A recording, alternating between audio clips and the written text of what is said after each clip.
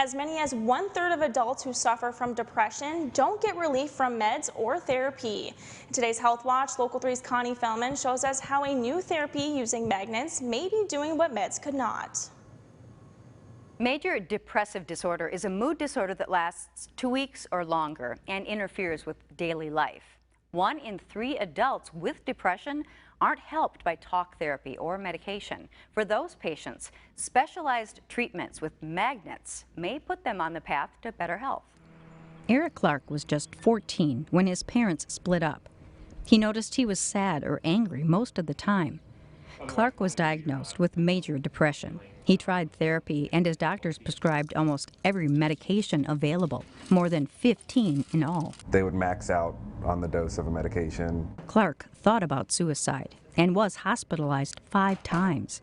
Finally, in 2020, he learned about transcranial magnetic stimulation for depression, or TMS. The TMS system uses short magnetic pulses of magnetic energy focused directly on the area of the brain thought to be misfiring in patients with depression. There are different areas of the brain that we may choose to stimulate based on the symptoms that the person's having. The NeuroStar TMS delivers focused energy in short bursts over 3 to 18 minutes. Eric received TMS every day for a period of weeks. Many patients that receive TMS and do well actually are fairly stable for even 6 months, a year out. As the depression lifted, Clark began doing things again, starting with a complete kitchen remodel at his mom's house. Then he and his wife Samantha started cross-country in a motorhome, something depression would never have let him do before. I don't think I'll ever get back to that state of depression where I feel like I won't be able to pull myself back out of it. So that's kind of what I want people to realize, is there is hope.